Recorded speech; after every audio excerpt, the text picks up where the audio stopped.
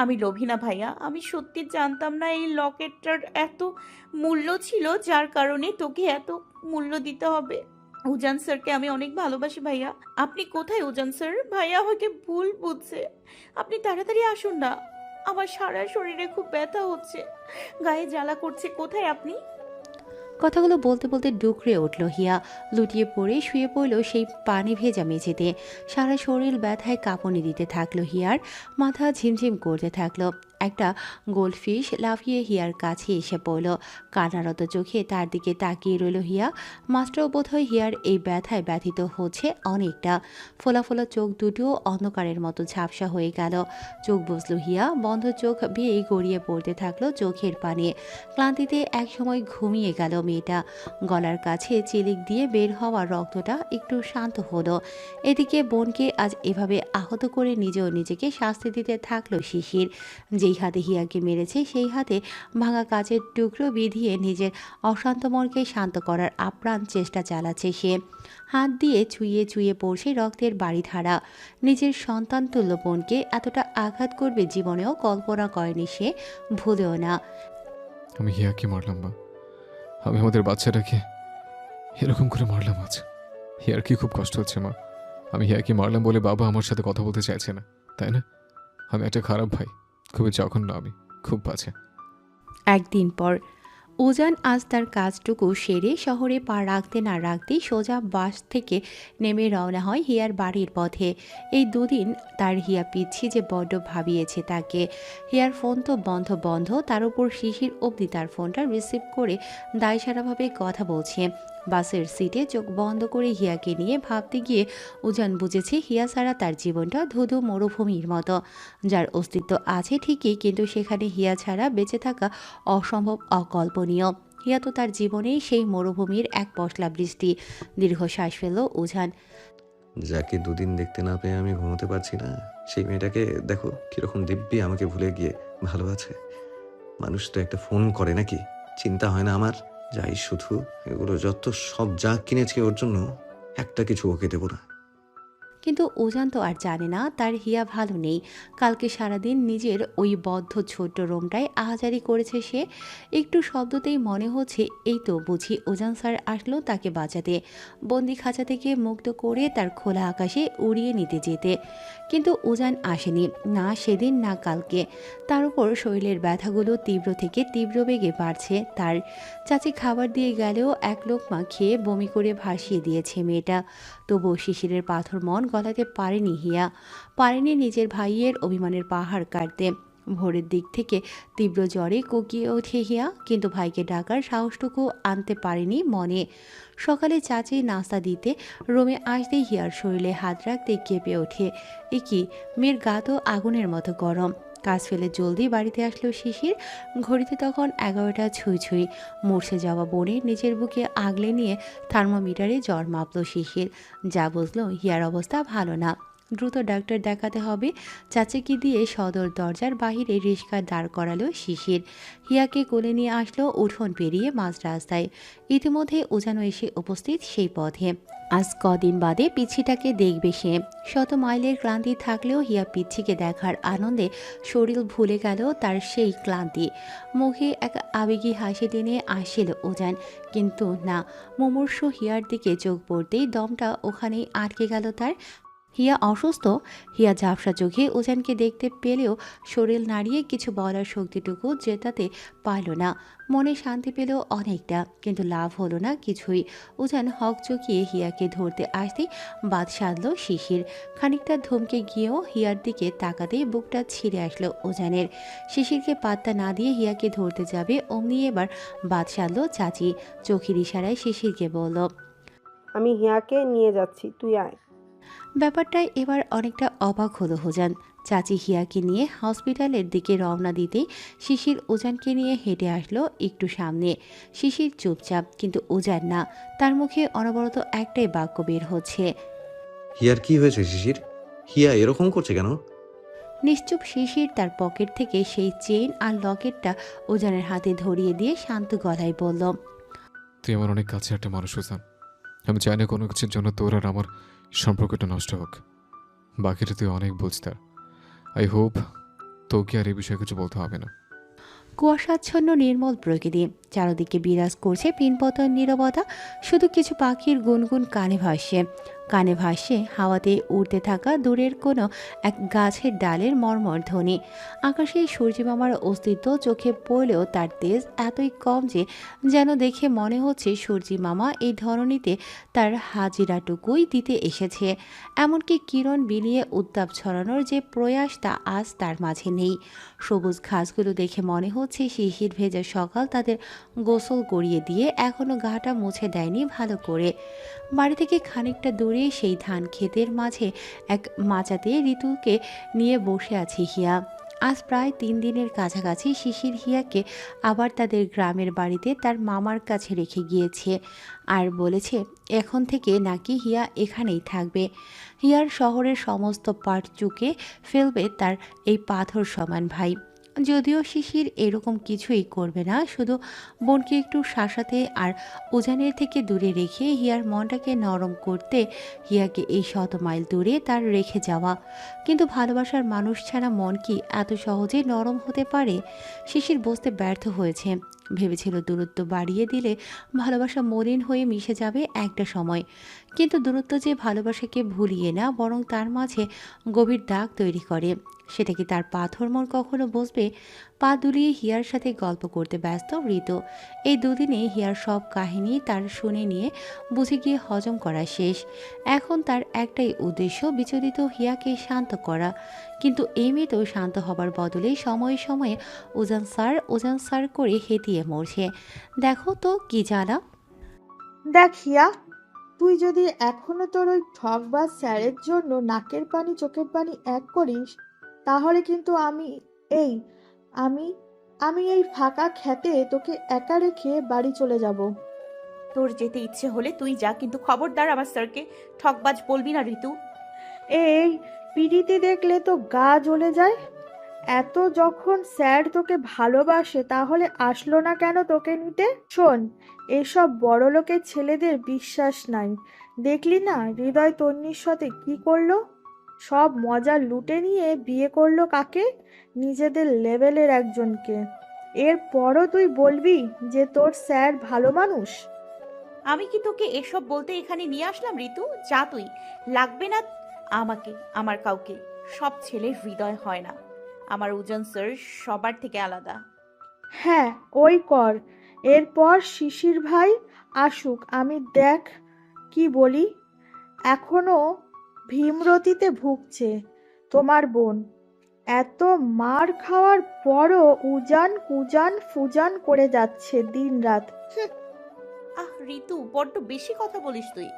বলছি আমার ভালো লাগছে না, যা তো তুই। সারাদিন আমার কাছে আর সারাদিন আমার ধারে কাছে আসবি না, বেয়াদ্দব।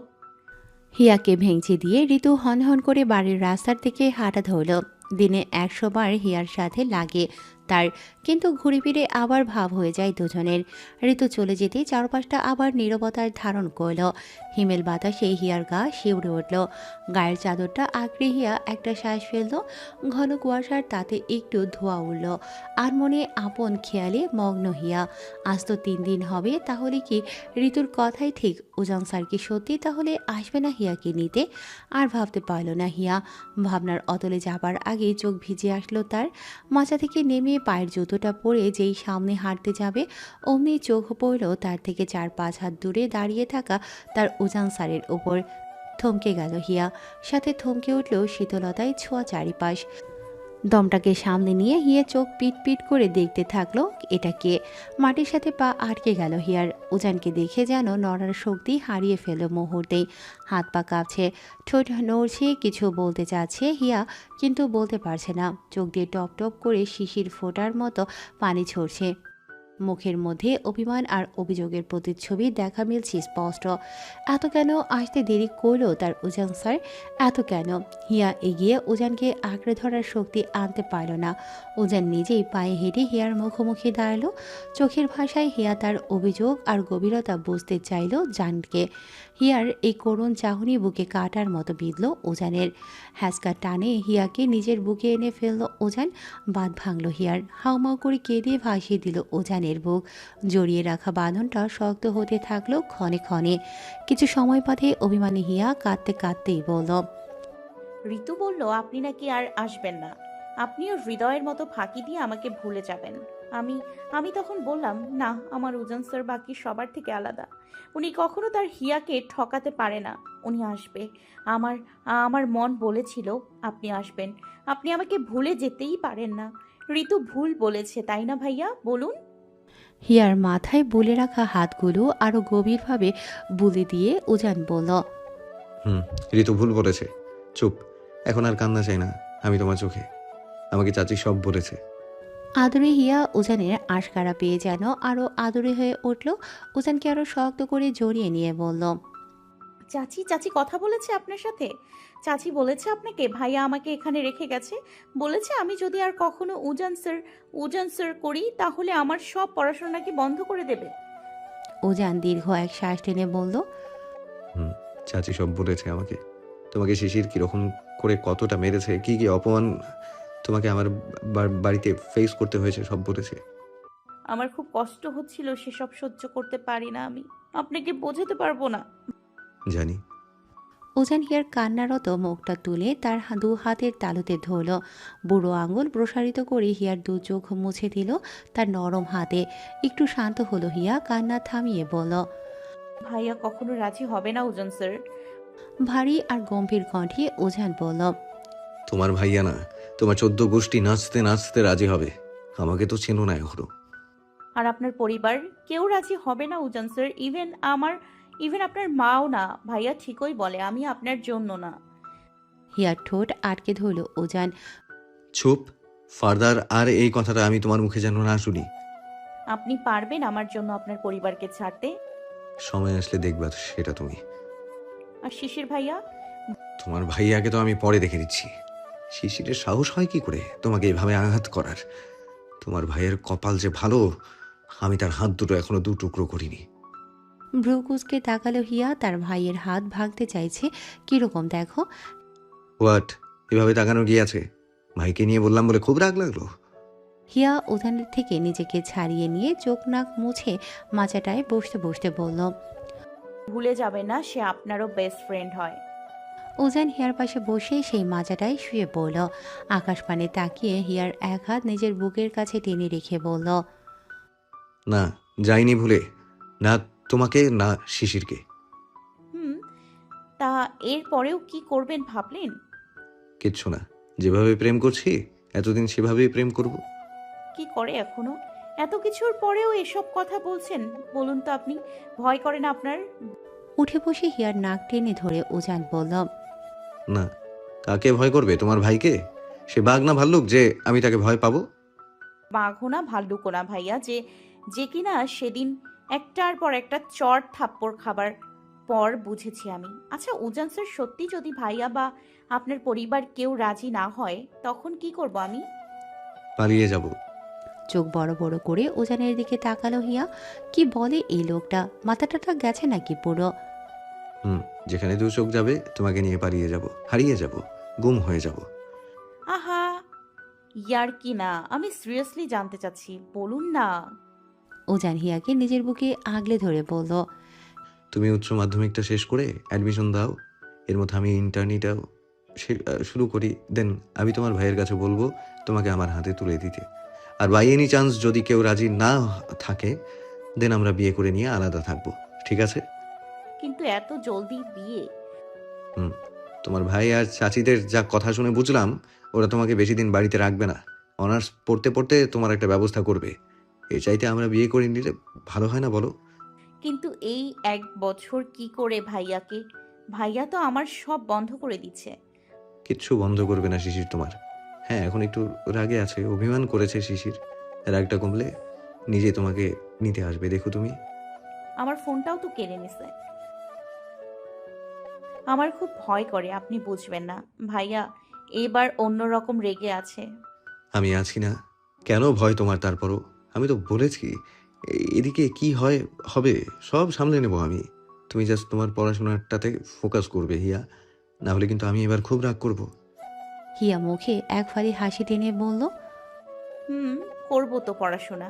এতদিন আপনাকে এক নজর দেখবো বলে কিছু পড়তে পারছিলাম না জানেন। এই যে আজ আপনি আসলেন, আমি মনে জোর পেলাম। এখন দেখুন আমার পড়াশোনা কেমনে মেট্রো রেলের মতো আগাতে থাকে। পাগলি, দেখি চোখ মুছো ভালো করে। ছাড়ুন, এখন গ্রামের কেউ দেখলে না হয়ে যাবে। উজান হিয়াকে ছাড়িয়ে দাঁড়িয়ে গেল। কুয়াশার চাদর জড়িয়ে হিয়া তার গ্রাম ঘুরিয়ে দেখাতে থাকলো উজানকে। ভুলে গেল এই দুদিনের শৈলের সব ক্লান্তি, মনের যত আহাজারি। কোথায় নিয়ে যাচ্ছ হিয়া আমাকে? আরে আসুন না, খেজুরের রস খাবো, আসুন। খেয়েছেন কখনো? ইস কি মজা শীতের সকালের এই খেজুরের রস, উফ। আরে থামো, যাচ্ছি তো। ওদিকে বাড়িতে কেউ খুঁজলে তখন। আরে ঋতু আছে না, সব সামলে নেব, আসুন না। উজানের হাতে একটা জোরে করে কিল বসালো হিয়া। বলে হাতটা ঝাড়ি দিতে থাকলো উজান। দৌড়ে এসে বাহুতে হাত বুলিয়ে দিয়ে আবারও উজানের বাহু ধরে হিয়া বলল, অসভ্য একটা, সব সময় বাজে কথা। ভার্সিটির ক্যাম্পাসের পেছনের দিকে রোদকে নিয়ে এক বিস্তর সবুজ ঘাসের ওপর বসে আছে শিশির। রোদের চোখে মুখে অনুতাপের ছাপ, ঝর্ণাধারার মতো প্রবাহিত হচ্ছে সেই অশ্রু। গাল বেয়ে চুইয়ে চুইয়ে পড়া সেই পানি দেখেও চোখ ফিরিয়ে নিচ্ছে শিশির। গত আধা ঘন্টা যাবৎ এই কাহিনী চলছে। রোদ কাঁদতেছে আর শিশির গ্রাসে গ্রাসে সিগারেট টানছে। রোদ গা ঘেঁষে আছে শিশিরের ফুসছে আর ফুসছে। শিশির শান্ত কিন্তু কঠিন। হাতে থাকা সিগারেটটার শেষ অংশটুকু পুড়ে নিয়ে শিশির তাদের নীরবতার অবসান ঘটিয়ে বলল, রোদ, কি দিয়ে কি কথা শুরু করা উচিত আমার জানা নেই। তুমি নিজে সেদিন সব দেখলে, এরপরও তুমি চাইবে আমার সাথে জড়াতে? শিশির, সেদিন যা হয়েছিল আমি নিজেও হতভম্ব হয়ে গিয়েছিলাম। আমি হুট করে হিয়াকে ওভাবে। আমি ওইসব কথা মনে করতে চাই না রোদ। তুমি তো জানো আমি ইয়ার ব্যাপারে কতটা পজিটিভ। উনি শুধু তোমার মা ছিলেন বলে কিন্তু আমি একটা আওয়াজ অবধি করিনি সে, কিন্তু এটা সময়ের জন্য না। এরপর আমি যে কি করব সেই ধারণাও তোমার নেই রোদ। আর কখনো আম্মু এরকম করবে না, বিশ্বাস করো। উজান আছে তো, সব সামলে নেবে। সামলে আমিও নিতে পারবো রোদেলা, কিন্তু নিজের বোনকে এভাবে কারো পুতুল বানিয়ে না। তুমি হয়তো আমার জীবনে হিয়ার গুরুত্ব কি এখনো সেটা উপলব্ধি করতে পারোনি। তা নয় শিশির, আমি তো জানি হিয়া তোমার কাছে সন্তান তুল্য। তুমি নিজ হাতে হিয়াকে কোলে পিঠে করে মানুষ করে বড় করেছো। আমি বুঝি তোমার কষ্টটা। এত যখন বুঝো তাহলে কেন তো জিদ করো তুমি? এই যে আসছে থেকে তুমি কান্না করতেছ, কিসের জন্য? আমার খারাপ লাগে না? চুপ করো একটু। শিশির রোদকে চুপ করতে বললেও রোদ থামল না। রাগ, অভিমান, অভিযোগ, ক্ষোভ সব এক হয়ে জমা হলো রোদের মাঝে। রোদ, তুমি আমাকে সময় দাও। আমরা দুজনে অনার্সটা শেষ করি, আমি বিসিএস ট্রাই করি। আর বাবার অফিসে তো আমরা একটা জবের কথা আছে। এখন তুমি ভাবো, আমার একটা ব্যাংকে জব বা সরকারি চাকরি হলে তোমার পরিবারও নিশ্চয়ই একটু আমাদের বিষয়টি বিবেচনা করবে, তাই না? কান্নারত মুখে বিনতির সুরে রোদ বলল, তোমার যত সময় লাগে তুমি নাও, কিন্তু সব শেষ করতে বলো না প্লিজ। সব শেষ হওয়ার প্রশ্ন না রোদ, প্রশ্ন ভালো থাকার, যেটা আমি তোমাকে কখনো প্রোভাইড করতে পারবো না রোদ। আমি সব ছেড়ে চলে আসবো শিশির। প্রশ্ন সেটাও না রোদ। ঠিক আছে, আমি ধরে নিলাম তুমি সব সম্পর্ক ছিন্ন করে আমার কাছে আসলে। আমি তোমাকে স্ত্রীর মর্যাদা দিয়ে ঘরে তুললাম। তারপর তোমার বাবা আর্মিতে, কত বড় বড় মানুষদের সাথে ওঠা বসে ওনার। আমার ক্যারিয়ার নষ্ট করতে ওনার 2 মিনিটের সময় লাগবে না। তুমি এখন তোমার ক্যারিয়ার নিয়ে ভাবছো শিশির? তা ছেলের এক হাসি দিয়ে শিশির বলল, যদি তাই ভাবতাম তাহলে পরিণতি ঠিক কতটা ভয়ানক হবে সেটা জানা সাপেক্ষ তোমার সাথে জড়াতাম না রোদ। রেগে গেল রোদ, রাগান্বিত সুরে বলল, তাহলে কিসে বাঁচছে তোমার, একটু বলবা দয়া করে? নাকি ধরে নিবা এতদিন আমাদের মাঝে যত যা হয়েছে, যত যা ইন্টিমেসি তৈরি হয়েছে সবটা মিথ্যে ছিল? শিশির শুধু রোদের শরীর ছুঁয়েছে, আর আর কিছুই ছিল না এর মধ্যে, এটাই তো বলো। সপাটে এক চর পড়ল রোদের গালে। তবদা খেয়ে রোবটের মতো হয়ে আহমক বনে বসল রোদ। কান এখনো ভনভন করছে তার। মনে হয় পর্দার 2-3টা ফুটো হয়ে গেছে ইতোমধ্যে। অঝোর ধারা প্রবাহিত করে কাঁদতে শুরু করল রোদ। এদিকে রক্তবর্ণ চোখে রোদের চুল মুঠো করে ধরে নিজের কাছে এনে ঠেকালো শিশির। চোখে চোখ চেয়ে বলল, তোকে আমি কত কি ভালোবাসি এটা তোর না জানলেও চলবে। তোর যদি মনে হয় আমি তোর শরীরটাই খাইছি, তুই তাই নিয়ে থাক। এই শিশির দিকে ভুলেও হাত পারবি না আর। কান্নারত কাপা কণ্ঠে রোদ বলল, তাই তো চাচ্ছ তুমি আমি আর তোমার দিকে হাত না বাড়াই? হ্যাঁ, কেন চাইতেছিস সেটাও তুই জানিস। আর এরকম কাঁদতেছিস কেন তুই? আমি তোকে মারছি? তোকে আঘাত করছে? তাহলে কাঁদতেছিস কেন? রোদ, চুপ কর। চুপ করবি না তুই? রোদ চুপ করে না, চোখ দিয়ে চুইয়ে চুইয়ে পানি পড়তে থাকে তার। এত কান্নার পানি যে একটা মেয়ে মানুষের চোখে কেমন করে যে সৃষ্টিকর্তা জমা করে রাখে উনি ভালো জানেন। রোদের এই ননস্টপ চোখের পানি সহ্য করতে পারছিল না শিশির। এই মেয়ে কি বোঝে না সে কাঁদলে কতটা আঘাত লাগে আমার মনে। রাগে রোদের চুলের মুঠো আরো শক্ত করে পেঁচিয়ে ধরে, রোদের গাল চেপে ধরল শিশির। আজকে নির্ঘাত খুন হবে এই মেয়ে শিশিরের হাতে। বললাম কাঁদবি না, তাও কাঁদিস। তোর পরিবার কি কান্না ছাড়া তোকে আর ভালো কিছু শেখাতে পারেনি? যখনই কিছু বলি তখনই কান্দিস। তুই কি বাচ্চা ছেলে রোদ? কেন কাঁদি? আঘাত করো দেখি তো কাঁদি, তাই না? দীর্ঘশ্বাস ফেলে শান্ত ভঙ্গিতে এক হাত রোদের কোমরে জড়িয়ে আরেক হাতে রোদের গালে শক্ত বাঁধন হালকা করে শিশির বলল, আমি কি আঘাত করেছি তোমাকে রোদ? সেদিন রিফাতের বাড়িতে আমাকে কে নিয়ে গিয়েছিল? রিফাতের বনর রুমে? বলো। আমি তো তোমাকে বলেছিলাম রোদ, আমি তোমাকে হালালভাবে গ্রহণ করতে চাই। তারপরও তুমি শোনোনি আমার কথা। তো কি হয়েছে? কি এমন করেছি সেদিন? একটু জড়িয়ে ধরেছি, তোমায় কিস করেছি, তুমি আমায় স্পর্শ করেছো, এইটুকু তো, এই তো এইটুকুই, তাতেই তো সবাই চলে আসলো। কিছু হয়েছে কি এরপর? সেটুকুই বা কেন হতে যাবে? আমি বারণ করিনি তোমাকে? আরও রেগে ওঠে নাক ভর্তি পানি টেনে টুনে রোদ বলল, এখন সব দোষ আমার? তুমি কেন আটকাওনি নিজেকে তখন? কত আটকাবো আর? আমি একটা ছেলে মানুষ রোদ, সবসময় নিজেকে সংযত রাখতে পারি না তোমার সামনে। ও তাই, বুঝলাম। সেদিনকার কথা না হয় বাদ দিলাম, তার আগে যা সব হতো আমাদের মাঝে, ওই ফাঁকা ক্লাসরুমে কে নিয়ে যেত আমায়, আমাকে আদর করতো কে, জড়িয়ে রাখতো কে আমায় আমায় ঠোঁট খাবার জিনিস না রোদ। তাহলে কি করতে? আমার ঠোঁট নিয়ে চড়ুইভাতি খেলতে? দাঁতে দাঁত চেপে নিজের রাগটাকে কন্ট্রোল করল শিশির। মাঝে মধ্যে রোদের কথা শুনলে তার এমনি মেজাজ বিগড়ে যায়, যে না এই কথার মানে সে বুঝে ঠিক মতো না, রোদকে এরপর কিছু বলে বোঝাতে পারে। স্টুপিড। রাগে শিশিরের শার্টের কলার আরো জোরে চেপে ধরল রোদ। এত বড় সাহস, আমাকে স্টুপিড বলল? স্টুপিড হলে তুমি কি? মাঝে মধ্যে তুমি হেয়ার চাইতেও বাচ্চামি করো। তুমি ছোট না যে কিছু বোঝো না। তোমার কপালে বা ঠোঁটে কিস করা আর সেদিন যা হয়েছে দুটো এক না। আচ্ছা মানলাম দুটো এক জিনিস না, তা প্রেমটা যে করো ওটা হারাম না? ওটা কেন করো তাহলে? তখন হালাল হারাম মনে থাকে না? রাগে রোদকে এক ঝটকায় ছাড়িয়ে হাত জোর করে ধরে শিশির বলল। মাফ কর বোন, তোর সাথে কথাই পারবো না আমি। শিশিরের কথায় চুল খামছে ধরে রোদ বলল। আ- আমি কোন দুঃখে বোন হতে যাব তোমার বেয়াদব? রোদের এইসব কাণ্ডে শিশির হতবাক। না, এই মেয়েকে কিছু বলেও বোঝানো মুশকিল। রোদকে শান্ত করে বসিয়ে রোদের দুহাত নিজের কোলে রেখে শান্ত কণ্ঠে শিশির বলল। তুমি আমাকে একটু সময় দাও রোদ, হিয়ার একটা ব্যবস্থা করে আমি তারপর আমাদের বিষয়টা ভাববো। অবাক চোখে তাকিয়ে রোদ বিস্ময়ে বলল। কি আর কি ব্যবস্থা করবে তুমি শিশির, বুঝলাম না। আর তো 6টা মাস, উচ্চ মাধ্যমিকটা শেষ হলে ওকে একটা ভালো ছেলের হাতে তুলে দেব। চাচি অবশ্য বলল সেদিন ওনার এক কিরকম ভাইয়ের কথা, দেখি। খেপে উঠে রোদ বলল। তুমি কি পাগল শিশির? এটা জানার পরেও যে উজান হিয়া দুজন দুজনের সাথে কমিটমেন্টে আছে, তারপরেও কি করে তুমি? হিয়া বা উজান চাইলে তো সব হবে না রোদ। অ্যাজ এ গার্ডিয়ান হিয়ার ব্যাপারে যা সিদ্ধান্ত নেবার আমি নেব। হ্যাঁ নিবে, কিন্তু তাই বলে তুমি নিজেকে একবার প্রশ্ন করো তো শিশির, উজানের চাইতে ভালো ছেলে তুমি পাবে হিয়ার জন্য? তুমি কিচ্ছু বোঝো না শিশির, আমি জানি উজান হিয়াকে কতটা ভালোবাসে। আচ্ছা, মানলাম। এখন তুমি আমাকে একটা কথা বলো তো রোদ, তোমার মনে হয় হিয়া তোমাদের পরিবারে ভালো থাকবে? অনেস্টলি বলবা। হ্যাঁ, তাতে কি হয়েছে? বিয়ের পর উজান হিয়া আলাদা বাড়িতে থাকবে, পরিবারে কে আসে যায়, তাতে কি সমস্যা? আমি হিয়াকে পরিবার গড়তে শিখেছি রোদ, ভাঙতে না। তুমি উজানকে এখনো চিনোনি শিশির, উজান হিয়ার জন্য কতটা ডেসপারেট তুমি জানো না? জানতেও চাই না। শিশির, উজান না তোমার বেস্ট ফ্রেন্ড হয়?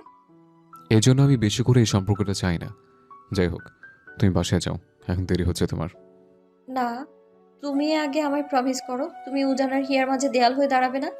তুমি এরকম করলে কিন্তু উজান হিয়াকে নিয়ে পালিয়ে যাবে, এই বলে রাখলাম আমি। হিয়া রাজি হবে তাতে? না হওয়ার কি আছে? সবাই কি তোমার মতো নাকি? ভালোবাসতে গেলে মরতে জানতে হয়, যেটা তুমি জানো না। উজান আর হিয়াকে বলে দিও, যদি তাই হয় তাহলে যেন আমার সাথে সব কথা, যদি তাই হয় তাহলে যেন আমার সাথে সব সম্পর্ক শেষ করে ওর ওদের পথটা খুঁজে নেয়। নয়তো হিয়াকে ত্যায্য করতে আমি এক মুহূর্ত ভাববো না। যখন ভালোবেসে নিজের সব দিয়ে আগলে রেখেছে এতদিন, সেই প্রশ্নে দাগ উঠলে ছুঁড়ে ফেলতে দ্বিধাবোধ করবে না শেষের। রেগে উঠে দাঁড়িয়ে রোদ বলল, তুমি এত কঠিন কেন শিশির? তোমার মতো নরম গালিচে ঘুমিয়ে বড় হয়নি, তাই কথা শোনাচ্ছ আমায়? আমার অপারগতাটুকু বলছি। এই যা। তুমি অনেক নিষ্ঠুর শিশির। আর একটা পাষাণ তুমি, আর একটা শক্ত পাথর তুমি, আর একটা খুবই জঘন্য মানুষ। আর শিশিরের জন্য আর কোনো শব্দ আর কোনো বাক্য খুঁজে পায় না রোদ। রাগে ক্ষোভে বুক ফেটে আসে তার। যদি খুন করতে পারা যেত এই মানুষটাকে, রাগে ফুঁসতে থাকা রোদের এক হাত ধরে ক্যাম্পাসের বাইরে আসলো শিশির। একটা রিক্সা দাঁড়িয়ে রোদকে বলল উঠতে।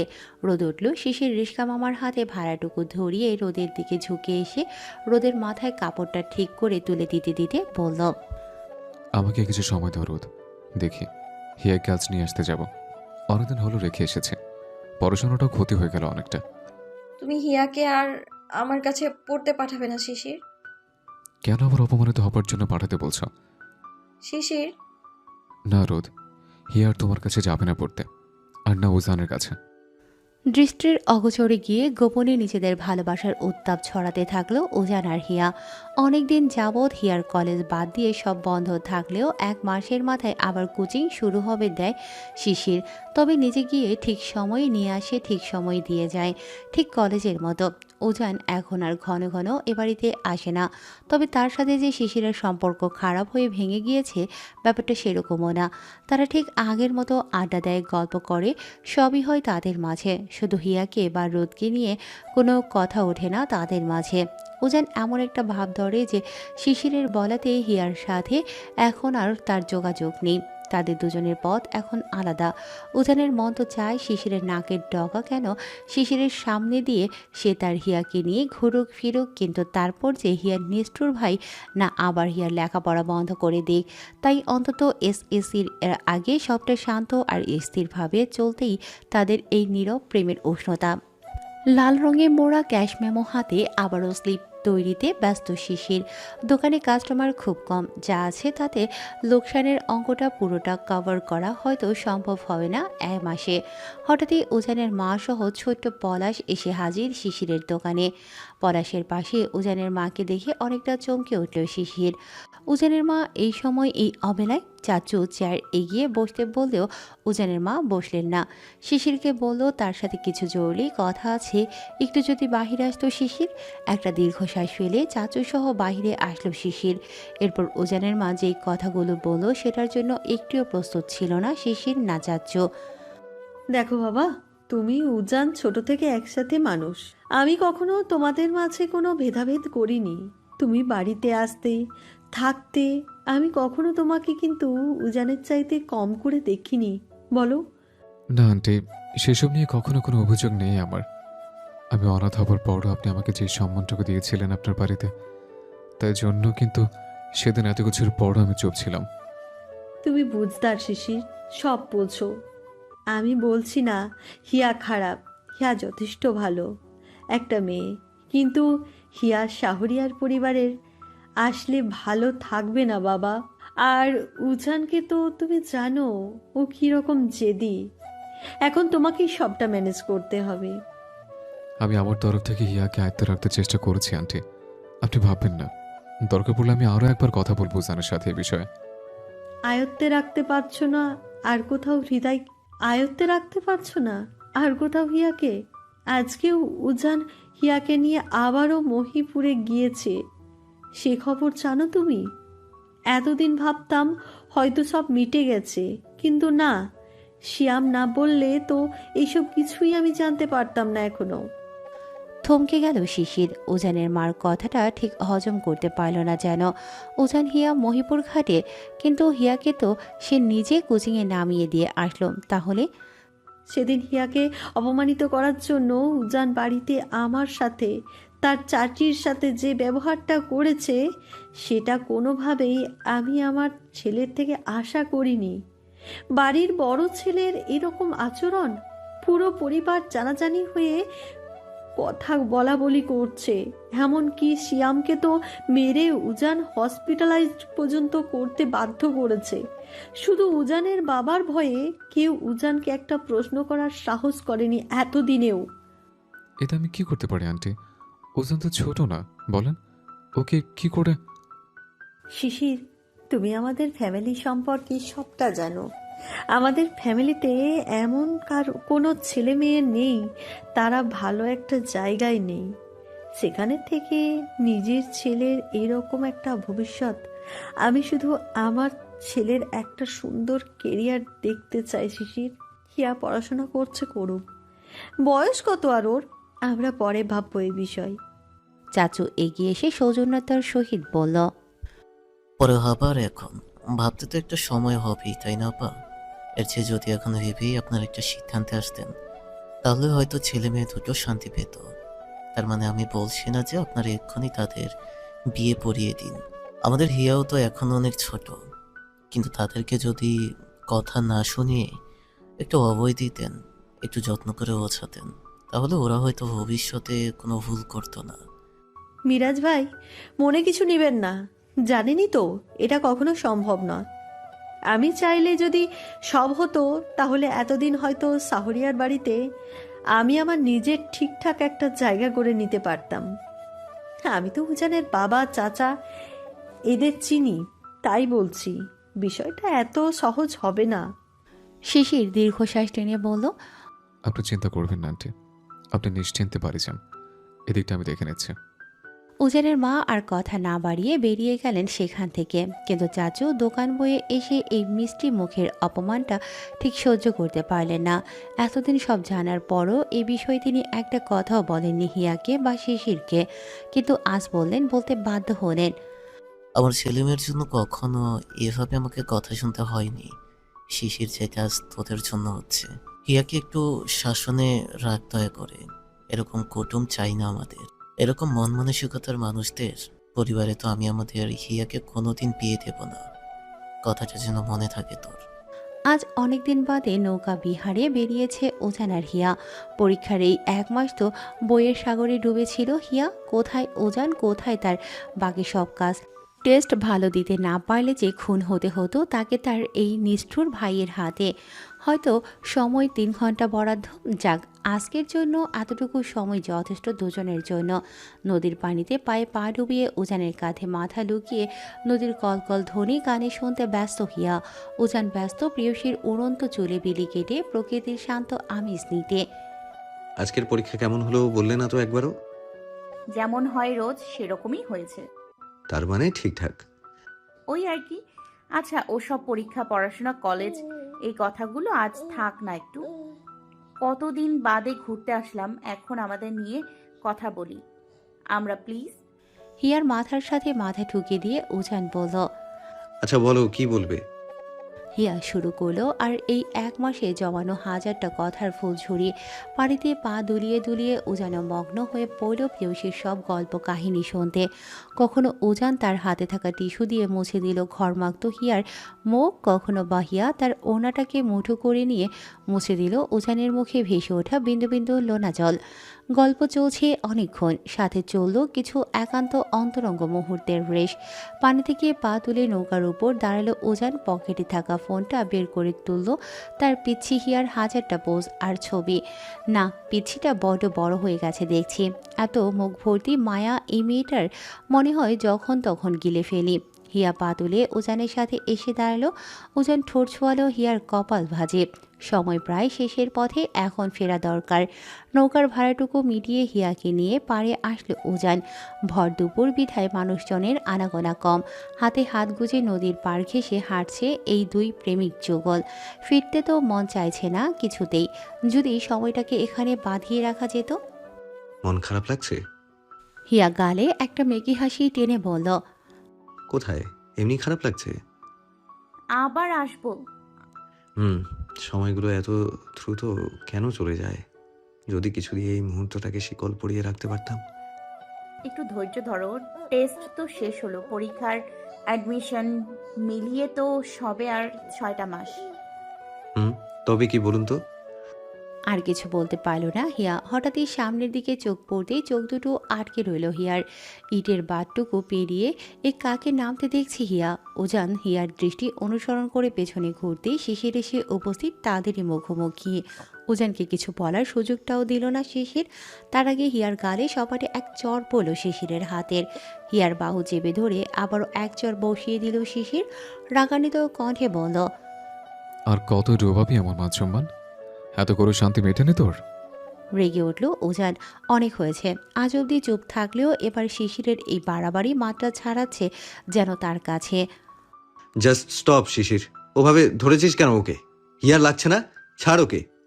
উজানের দিকে আঙুল তুলে শিশির কাট কণ্ঠে বলল, আমার বোনকে আমি যা খুশি করব, তুই বলার কে? হিয়া নয় অবুঝ, কিন্তু তুই তুই কি করে পারলি এরকম একটা অবিবেচকের মতো কাজ করতে? ছি! আমি কোনো অবিবেচকের মতো কাজ করিনি শিশির। হিয়ার এই বয়সে কতটুকু সীমায় গিয়ে কি করা উচিত আমি ঠিক ততটুকুই হিয়াকে আমার সাথে জড়িয়েছি। দাঁতে দাঁত চেপে রাগটাকে কন্ট্রোল করতে চেষ্টা করলো শিশির, কিন্তু লাভ হলো না কিছুই। হিয়ার এক হাত টেনে উপরে উঠতেই উজান বাদ সাধল। এত কিসের অধিকার শিশিরের? হিয়ার ওপর তারও সমান অধিকার, ভালোবাসা, স্নেহ আছে। শিশিরকেও সেই অনুভূতিগুলো বুঝতে হবে আজ। হিয়ার হাত ছাড় শিশির, হিয়াকে আঘাত করার কোনো রাইট তোর নেই। রেগে গিয়ে হিয়াকে ছেড়ে দুহাতে উজানের কলার চেপে ধরল শিশির। অগ্নিদৃষ্টি ছুড়ে দিয়ে বলল, তুই আমাকে রাইট শেখাবি এখন? হিয়া কে তোর? যখন তোর পরিবারের সবাই মিলে আমার এই বোনটাকে অপমান করেছিল সে সময় কোথায় ছিলে তুই? তোর চাচি কোন সাহস আমার বোনের গায়ে হাত তুলে? বলতে পারিস? কোনো তোর আছে তোর কাছে? বাড়িতে সবাইকে যা বলার যা করার আমি করেছি শিশির, বাট এনাফ ইজ এনাফ। তুই এই 7-8 মাসে যা যা বলেছিস আমি আর হিয়া সব শুনেছি, বাট আর না। কি আর না? কি কথা না দেই? কিছু করার আছে তোর? আরও জোরে কলার চেপে ধরে কথাটা বলে শিশির। দুজনের চোখেই আগুন বিরাজ করছে। হিয়ার প্রতি দুজনের অধিকার ফলাতে ব্যস্ত। এদিকে বোবার মতো দাঁড়িয়ে আছে হিয়া। কি করছে উজান আর শিশির? ছোট থেকে বড় হয়েছে হিয়ার এই বেড়ে ওঠা জীবনে এই প্রথম হিয়া উজান আর শিশিরকে এভাবে লড়তে দেখল। ভয়ে হাত পা কাঁপছে হিয়ার। কাকে ছেড়ে কাকে বাঁচাবে হিয়া? আবার কলার ছাড় শিশির। শিশির দেখ, বাড়াবাড়ি করবি না। তুই হিয়াকে মানুষ করেছিস, বড় করেছিস, তোর রাইট আছে, তুই হিয়ার গার্ডিয়ান, কিন্তু তুই আমার সাথে অন্যায় করতে পারবি না।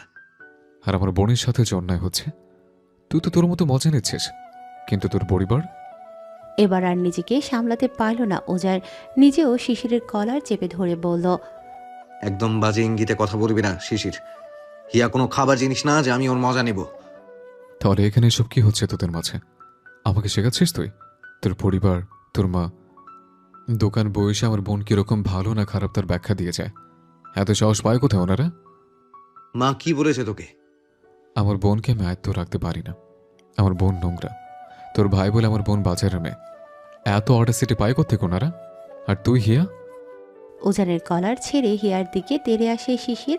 হিয়ার গালে কানে মুখে যেখানে পারে ইচ্ছে মতো থাপ্পড় দিতে শুরু করে।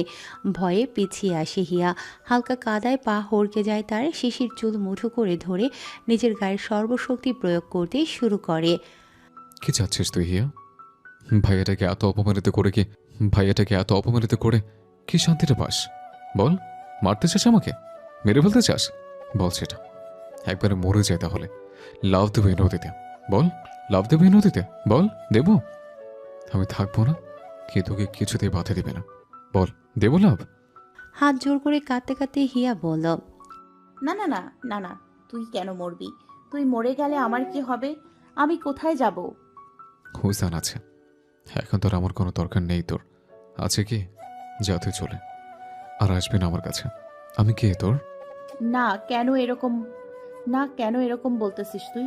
তুই তো আমার সব, তাই না? বল, তুই তো আমার মা বাবা, সব তুই আমার। রেগে গিয়ে হিয়ার দুগাল চেপে ধরল শিশির। উচ্চ স্বরে বলল, ধস তুই বারবার? আর হবি না? তোকে আমি খুন করবো নিজ সাথে। বল, কোনটা করবো? তোকে মারবো না নিজে মরবো? কোনটা বল? না, এবার আর নিজেকে সংযত রাখতে পারল না উজান। হিয়ার চুল বিধ্বস্ত, গালে শিশিরের হাতের 5 আঙ্গুলের ছাপ, কান্নার অবিরাম বাড়িধারা, তার উপর শিশিরের হিয়ার মুখ চেপে ধরে এরকম শাসন। আর পারল না উজান, এক ধাক্কায় শিশিরকে টেনে সেই কাদামাখা পাড়ে ফেলে দিল উজান। হাতের মুঠ করে একটার পর একটা ঘুষি মারতে থাকলো শিশিরের মুখে। হিয়া কাপা হাতে উজানকে থামাতে চাইলেও ব্যর্থ হতে হলো আজ তাকে। এ কোন উজানকে দেখছে হিয়া আজ? মারতে মারতে শিশিরের ঠোঁট ফেটে রক্ত বেরিয়ে পড়ল, কিন্তু উজানের হাত থামল না। হিয়া হাত জোর করে জোরাজোরি করতে থাকলো, কিন্তু উজান শুনল না। তুই হিয়ার গার্ডিয়ান, তাই আজ অব্দি সব সহ্য করে গেছি, একটা আওয়াজ অব্দি করিনি। কিন্তু আমার সামনে তুই কোন সাহসে হিয়ার গায়ে হাত তুলিস? ভাই হোস ভাইয়ের মতো থাকবি। তোর যা রাগ আমার উপর মেটা। হিয়াকে কেন শাসন করতে হবে তোকে? হিয়া কি তোর পুতুল? হিয়ার অনুরোধে শান্ত হলো উজান। শিশিরের উপর থেকে উঠে হিয়াকে নিজের বুকের কাছে এনে শক্ত করে দুহাতে জড়িয়ে ধরল। এদিকে ঠোঁটে থেকে ঝরে পড়া রক্তগুলো মুছে কোনো মতে উঠে দাঁড়াতে সক্ষম হলো শিশির। হিয়াকে আঙলে শিশিরের দিকে আঙুল তুলে উজান কাটকাট কণ্ঠে জানালো, হিয়াকে আমি ভালোবাসি, তোর মতো সেটা মজা নিতে না, সারা জীবন আগলে রাখতে। একটা কথা মাথায় রাখবি, হিয়া যদি আমার না হয় তো সে আর কারো হবে না। তুই হিয়ার ভাই হওয়ার বাপ। এটুকু বলে হিয়ার কপালে একটা স্নেহের পরশ বুলিয়ে দিল উজান। হিয়াকে অভয় দিয়ে বলল, তুমি বাসায় যাও, আমি দেখছি বাকিটা। কেউ কিছু বলবে না তোমাকে, আমি আজকে। মৃদু ম্লান ক্লান্তি ভরা এক হাসি দিল হিয়া। শিশির হিয়াকে টেনে নিয়ে উপরে আসলো, বাইক স্টার্ট দিয়ে রওনা দিল বাড়ির পথে। সাথে পেছনে আসলো উজান নিজেও। আজ 1 সপ্তাহ পর দরজার আড়ালে দাঁড়িয়ে শিশির আর চাচিদের কথোপকথন শুনতে মরিয়া হিয়া। কিসব বলছে শিশির চাচিকে এগুলো? মাথা ঠিক আছে তো বাড়ির সবার? হিয়ার শরীর কাঁপছে, হাত পা অসাড় হয়ে যাচ্ছে, মাথার সব নিউরন জট পাকিয়ে কাজ করা বন্ধ করে দিচ্ছে। এগুলো শিশির বলছে, যার স্বপ্ন ছিল কিনা হিয়াকে সে মেডিকেল সায়েন্সে পড়াবে, আর সে আজ। দেখ শিশির, ছেলেটা ভালো ব্রাক থেকে MBA শেষ করে এখন একটা বড় ফার্মে আছে, স্যালারিও মার্শাল্লাহ খুব ভালো, আর নিজেদের চেনা পরিচিত, তোর খোঁজ নিতেও সুবিধা হবে। আমি তো বলছি না চাচি, রিয়াজ কিরকম ছিল, ওদের পরিবার কিরকম আমি তা জানি, দেখেছি। কিন্তু আমার কথা হচ্ছে, আমার যেই দাবি ওগুলো যদি ওরা না মানতে চায়। তোকে ওসব নিয়ে ভাবতে হবে না, আমি সবভাবেই কথা বলে নিয়েছি ওদের সাথে। আমি বলেছি মেয়েকে এখন বিয়ে দিয়ে রাখবো, বিদায় একদম হিয়ার অ্যাডমিশনের পর। ওরা রাজি হয়েছে এতে? না হবার কি আছে, রিয়াজ শিক্ষিত আর ওর বাবা হাই স্কুলের টিচার, ওরাও চায় ওদের বাড়ির বউ শিক্ষিত হোক, বুঝলি বিষয়টা? চাচু হালকা কেশি দিয়ে বললেন, তোমাদের মনে হয় না হিয়া এখনো ছোট? কিছুদিন পর উচ্চ মাধ্যমিক দিবে, ভালো কথা, কিন্তু অনার্স পড়তে পড়তে অন্তত 2 বছর যদি যেত। মেয়েটা তো এখনো অবুঝ অনেক। চাচি কপাল কুঁচকে রেগে গিয়ে বললেন, অবুঝ? তোমার এখনো মনে হয় হিয়া অবুঝ? বয়স কম কি হয়েছে, বয়সের চেয়েও বেশি কাজ করে ফেলেছে সে। এখন ওর বিয়ে দিলেই এই প্রেম ভালোবাসার ভূত ওর মাথা থেকে নামবে, আর কেউ তখন বাড়ি বয়ে এসে আমাদের অপমানটাও না করবে না। হ্যাঁ, সবই বুঝলাম, কিন্তু আমি চাই এসব বিয়ে সংসারের বাহিরে নীলির মতো পড়াশোনা করে হিয়াও একটা পর্যায়ে গিয়ে পৌঁছাক। এরপর যা খুশি তোমরা করো। আর একটা কথা শিশির, আমি কিন্তু কোনো দিনই শাড়িয়ার বাড়িতে হিয়াকে পাঠাবো না। ওরকম কুটুম আমাদের সহ্য হবে না। চাচু আর কথা বাড়ালো না, খবরের কাগজটুকু নিয়ে মনোযোগ দিয়ে পড়তে শুরু করলেন। এদিকে শিশিরের সাথে আরও অনেক কিছু বলে চাচি শান্ত কণ্ঠে বললেন, পরীক্ষার আগে বিয়েটা দিয়ে রাখ, বিদায় পরে হবে। আর এরকম পরিবার বা ছেলে তুই খুঁজে দেখ, পাবি কিনা তোর বোনের জন্য। ঠিক আছে, তুমি কথা বলো, সামনের সপ্তাহে দেখি হিয়াকে বলে কি করা যায়। তবে চাচি বারবার বলছি, বিদায় কিন্তু হিয়ার অ্যাডমিশনের পর। অস্থির হিয়া সেদিন সারা রাত পায়চারি করল নিজের ওই ছোট্ট রুমটায়। ফোন করে যে উজানকে একটু বলবে সবটা, সেই ফোনটাও তো কাজের কথা বলে শিশির নিজের দখলে নিয়ে রাখছে 2 দিন হলো। না আছে উজানের সাথে কোনো যোগাযোগ, না লতাকে দিয়ে উজানের হিয়াকে দেয়া কিছু বার্তা। সারা রাত আর ঘুম হলো না হিয়ার। ভোরের আলোটাও ফুটে গেল জলদি। শিশির ঘুমিয়ে আছে, উঠবে আর কিছু সময় বাদে। হিয়া আর আজ কলেজে গেল না। সেই ভোরের আলো ফুটতে না ফুটতেই ডাইনিংয়ে এসে পড়ার ভান করে অপেক্ষা করতে শুরু করলো শিশিরের ঘুম থেকে ওঠার।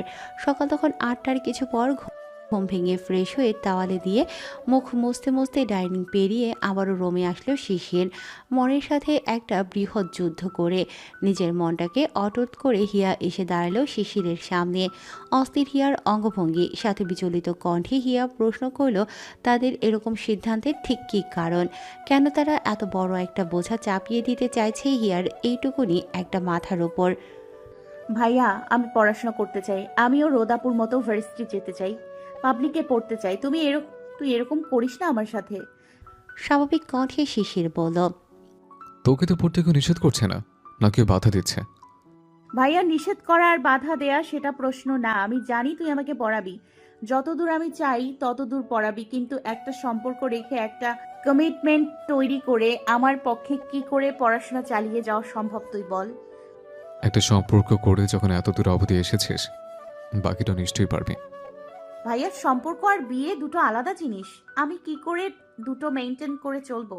আমার পক্ষে সম্ভব হবে না। ভাইয়া একটু বোঝ। দেখ, তুই বা চাচি কেউ চাচ্ছিস না তো যে আমি স্যারের সাথে যোগাযোগ রাখি, ঠিক আছে? আমি তোকে কথা দিচ্ছি, তুই আর কখনো কোথাও আমাকে আর স্যারকে একসাথে দেখবি না।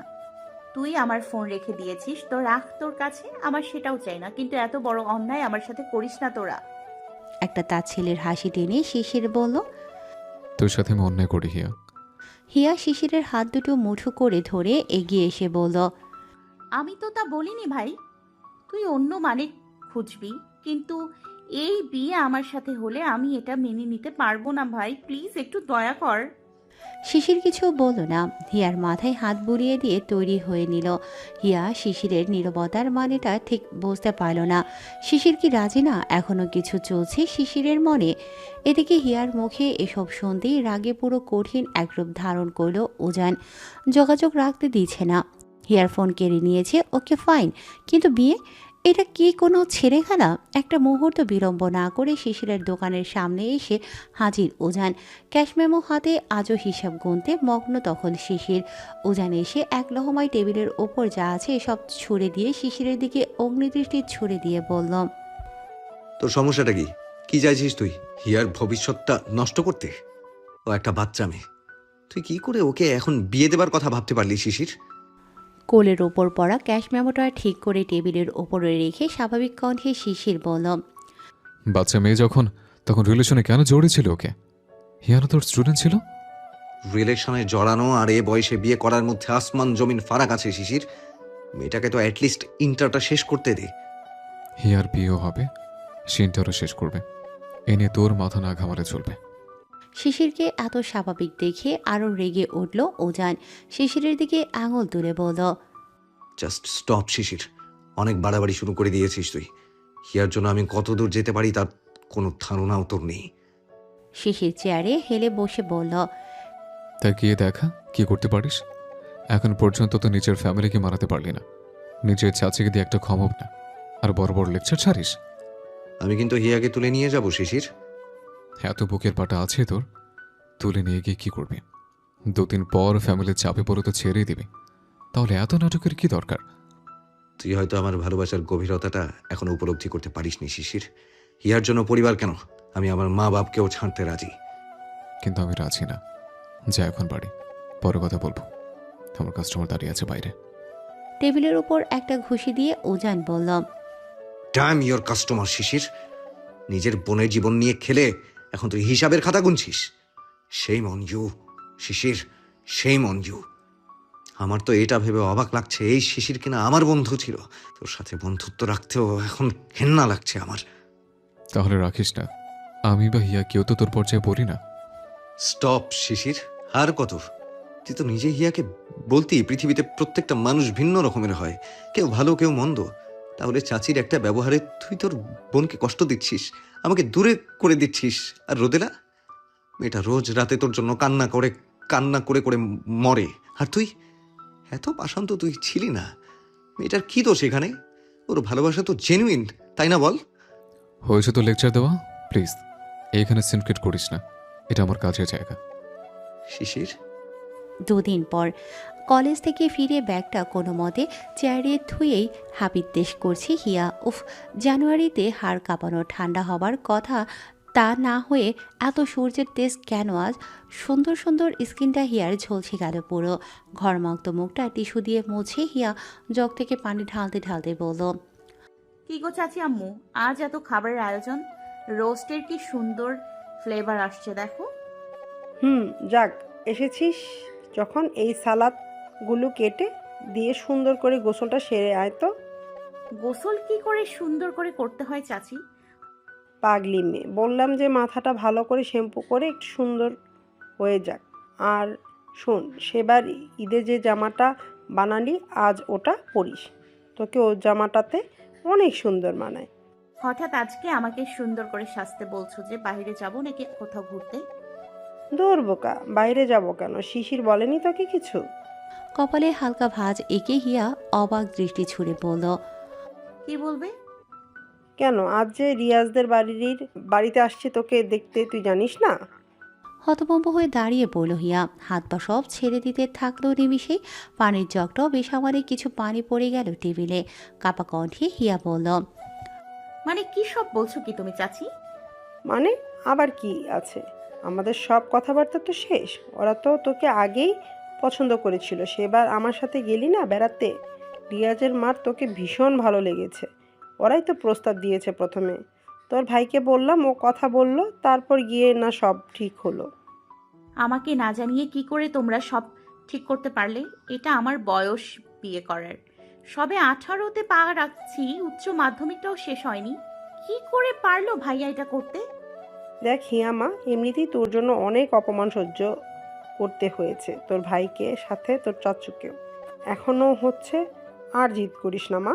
অন্তত শিশির তোর জন্য এই ছোট্ট থেকে যে ত্যাগটা করেছে সেই ঋণটুকু মেটাতে চেষ্টা কর। চাচি, আর তোকে তো এখন বিদায় দিচ্ছি না আমরা। আমাদের কথা হয়েছে, তোর অ্যাডমিশন বেরিয়ে গেলেই ওরা তোকে ঘরে তুলবে। তুই ওখান থেকে অনার্সটুকু পড়বি। ওরা কিচ্ছু বলবে না, বরং তোকে সাহায্য করবে, উৎসাহ দিবে। কিন্তু চাচি। আর কোনো কথা না হিয়া, যা বলছি গিয়ে তাড়াতাড়ি কর, ওরা আসছে হয়তো। রাগে নিজের রুমে গিয়ে দরজাটা ধাম করে ঠেলে দিল হিয়া। কি করবে এখন? ফোনটাও তো শিশিরের কাছে। এদিক সেদিক কিছুক্ষণ চিন্তা করে দ্রুত পায়ে দাদির রুমে এসে পুরো ঘর তন্ন তন্ন করে খুঁজে দাদির ফোন হাতে পেতে সক্ষম হলো হিয়া। ওনার তলে ফোন লুকিয়ে সোজা আসলো নিজের রুমে।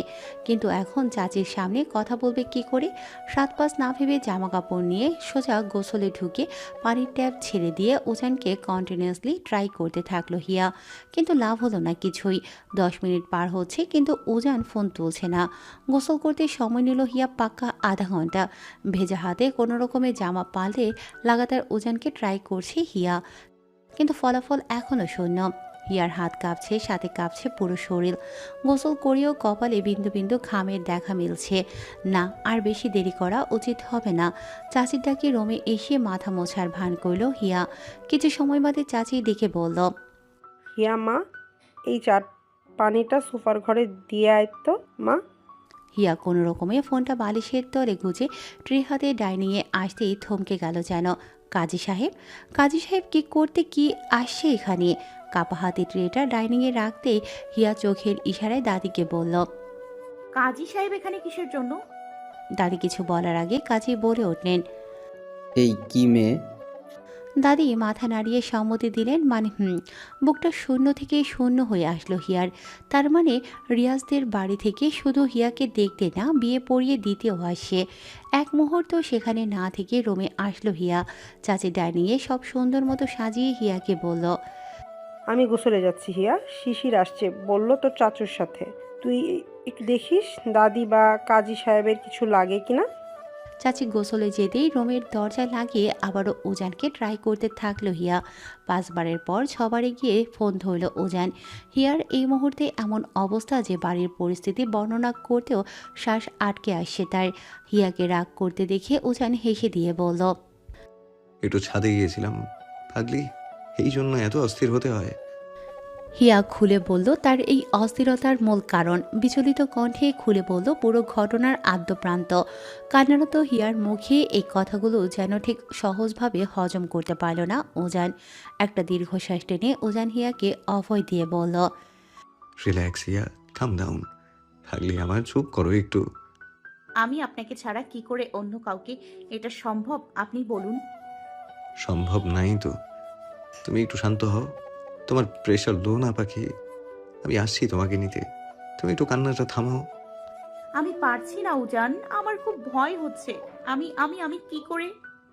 এদিকে এই মুহূর্তে শিশিরের ডাক কানে পৌঁছতেই হিয়া আর কিছু বলার সুযোগ পেল না। ফোন লুকিয়ে বাহিরে এসে দেখল রিয়াজের পরিবার সহ শিশির আর চাচু বাড়িতে উপস্থিত। মাথা ঘুরে আসলো হিয়ার। এরপর শিশির হিয়ার মাথায় হাত বুলিয়ে বলল, এই যে আমার বোন। হিয়া হতবাক, ঠোঁট শুকনো, কথা বের হতে চাইছে না যেন। অনেক কষ্টে মুখে একটা মেঘে হাসি দিয়ে হিয়া সালাম নিবেদন করল রিয়াজের মা বাবা আর চাচিকে। রিয়াজের মা হিয়ার থুতনি টেনে ধরে বললেন, ভারী মিষ্টি তোমার বোন। সেবার যেরকম দেখেছিলাম তার চাইতেও আজ বেশি সুন্দর লাগছে। চাচু ওনাদের বসতে দিয়ে ওনাদের হাতে থাকা মিষ্টির প্যাকেটগুলো নিয়ে ডাইনিংয়ে আসলেন।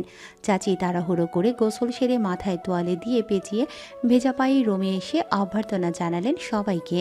হিয়া করুণ চাহনি ভরে শিশিরের দিকে তাকিয়ে উঠল। অভিযোগ, অভিমান, হতাশা, অসহায়ত্ব সব প্রকাশ পেল হিয়ার এই চাহনিতে। শিশির বোনের চোখের ভাষা পড়তে পেরেও কঠোর হয়ে রইল।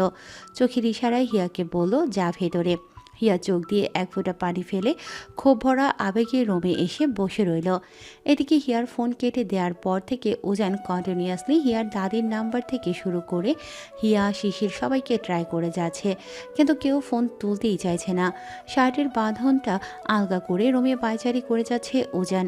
এক হাতে ফোন কানে নিয়ে তো আরেক হাত কপালে দিয়ে টেনশনে ফেটে পড়ছে উজান। শিশিরকে এতবার বোঝানোর পরও শিশির কি করে এরকম ইরেসপন্সিবলের মতো একটা কাজ করতে পারল? একবার তো না, বারবার হাজারবার উজান অপমানিত হয়েও শিশিরের কাছে হিয়াকে ভিক্ষে চেয়ে এসেছে, কিন্তু শিশির কি করে? না, এভাবে হবে না। উজানকে এক্ষুনি হিয়ার কাছে পৌঁছতে হবে। ফোনটা বিছানায় ছুঁড়ে দিয়ে ব্যাগে ঝুলানো ব্যাগটা নামিয়ে একটার পর একটা জামা ঢোকাতে শুরু করলো উজান। আর মাকে রোদকে ডাকতে শুরু করলো উচ্চ কণ্ঠে। ছেলের ডাকে রুমে এসে থমকে গেলেন উজানের মা। বিচলিত কণ্ঠে বললেন, তুই কোথাও বের হচ্ছিস রাজা? হঠাৎ এভাবে? মা, আমার ফাইনালের জন্য যেই টাকাটা রাখতে দিয়েছিল বাবা তোমায়, ওটা একটু দাও প্লিজ। টাকা দিয়ে এখন কি করবে তুমি? করলেই দেখতে পারবে। আমি তোমাকে বাবাকে অনেক বুঝিয়েছিলাম হিয়া আর শিশিরের সাথে আগ বাড়িয়ে কোনো ঝামেলা না করতে। তোমরা আমার কথা শোনোনি। এখন আমি আমারটা করব। তোরটা করবো মানে? কি করবি তুই? অনেক কিছু। তুমি কি এখন টাকাটা দিবে, না আমি ভাঙচুর শুরু করব? কোথায় টাকা লাগবে সেটা তো বল। উজান বোঝে এখন এই মুহূর্তে হিয়ার কাছে যাচ্ছি এই কথা শুনলে তার মা একটা না একটা সমস্যা ক্রিয়েট করবে। তার উপর বাবাও আসছে আজ। এখন কিছু বলা মানে সময় লস, তার আর সময় যাওয়া মানে হিয়া হাতছাড়া হয়ে যাওয়া। আমার স্কেলিটনটা হারিয়ে গেছে মা, তাই টাকা লাগবে কিছু। সামনে ফাইনাল, ওটা কিনতে হবে। প্লিজ এখন জলদি একটু টাকা দাও। উজানের মার কাছে এই কথাটা ঠিক বিশ্বাসযোগ্য হয়ে উঠল না, তবুও উনি টাকাটা নিয়ে এসে উজানের হাতে ধরিয়ে দিলেন। উজান দিক সব ভুলে টাকা নিয়ে সোজা নামতে শুরু করলো সিঁড়ি বেয়ে, কিন্তু মাঝপথে বাদ সাধল রোদ। আকুতির সুরে বলল, ভাই সত্যি করে বল, তুই কোথায় যাচ্ছিস? হিয়া, শিশির, এটা ঠিক আছে তো? কিচ্ছু ঠিক নেই রোদ। শিশিরের সাহস কি করে হয় আমার হিয়াকে আমার থেকে আলাদা করার? শেষ কথাটা এতই তেজ নিয়ে উজান বলে যে রোদ তার ভাইয়ের এই আগুন সমান রাগ দেখে ওখানেই থতমত করতে শুরু করে। একটা তো খুন আজকে হবে, হয় শিশির থাকবে নয় আমি। উজান নামতেই আবার রোদ দৌড়ে এসে সাহস জুড়িয়ে উজানের পা দুটো আঁকড়ে ধরে কান্নারত কণ্ঠে বলল, ভাই তুই আমার কথা দে, তুই তুই আমার শিশিরের কোনো ক্ষতি করবি না। তোর হিয়াকে চাই তো, তুই হিয়াকে নিয়ে পালিয়ে যা, যা খুশি কর, কিন্তু শিশিরকে কিছু করবি না, কথা দে ভাই। ভাই ভাইয়া ভাই। ভাই ভাই বলে গলা ছেড়ে ডাকতে শুরু করলো রোদ, কিন্তু উজান শুনল না। আজ তার এই আগুন সমান রাগটাকে তার বোনের চোখের পানি মেটাতে পারল না। বাইক স্টার্ট দিয়ে সোজা হিয়ার বাড়ির দিকে রওনা দিল উজান। আর রোদ, সে তো মাটি কামড়ে সেখানে বসে কাঁদতে শুরু করলো হাউমাউ করে। উজান তো চলল তার হিয়াকে নিজের করতে, কিন্তু রোদের কষ্টটা এটা ঠিক কবে লাঘব হবে? সদর দরজার বাহিরে মাথা হেলিয়ে হিয়ার জন্য অপেক্ষারত উজান। বলল তো বের হচ্ছি, তাহলে এতক্ষণ লাগছে কিসের জন্য হিয়ার? একটা কি ফোন করব? কিন্তু হিয়া যে বারণ করে দিল। 2 মিনিট বাদে আর অপেক্ষার প্রহর গুনতে না পেরে বাইক থেকে নেমে সদর দরজার সামনে এসে দাঁড়ালো উজান। দরজাটা আলতো ফাঁক করে ভেতরে উকি দিতেই হিয়ার দেখা মিলল। মাথার আকাশি রঙের ধূসর ওনাটা ঠিক করে খুব সতর্কতার সাথে মুখ লুকিয়ে বেরিয়ে আসলো হিয়া। হিয়াকে নিয়ে দ্রুত বাইকের সামনে এসে হেলমেটটা হাতে নিয়ে উজান বলল, শিশির কোথায়? ভাইয়া ওয়াশরুমে, কিন্তু আমরা এখন কোথায় যাব? চোখ বড় করে অবাক কণ্ঠে হিয়া বলল, আপনার মাথা ঠিক আছে তো উজান? ভাইয়া খুন করে ফেলবে আপনাকে, সাথে আমাকেও। I don't care. অনেক বুঝিয়েছি তোমার ভাইকে, তোমার চাচিকে, ইভেন কাল রাতে গিয়েও বুঝিয়েছি শিশিরকে দোকানে। তোমাকে ভিক্ষা চেয়ে এসেছি, তারপরও সে রাজি হলো না। তো এরপর যা হবে তার জন্য সে নিজে দায়ী থাকবে। কিন্তু তারপর? আর আপনার পরিবার? তোমার আমাকে লাগবে না আমার পরিবারকে হিয়া? এটা কিরকম প্রশ্ন? এরকম ভাবে বিয়ে করলে ওরা তো এমনিতেই রাজি না। হিয়ার এত প্রশ্নে বিরক্ত হয়ে গেল উজান। মাথায় হেলমেটটা পরে নিয়ে বাইকে বসে গিয়ে বলল,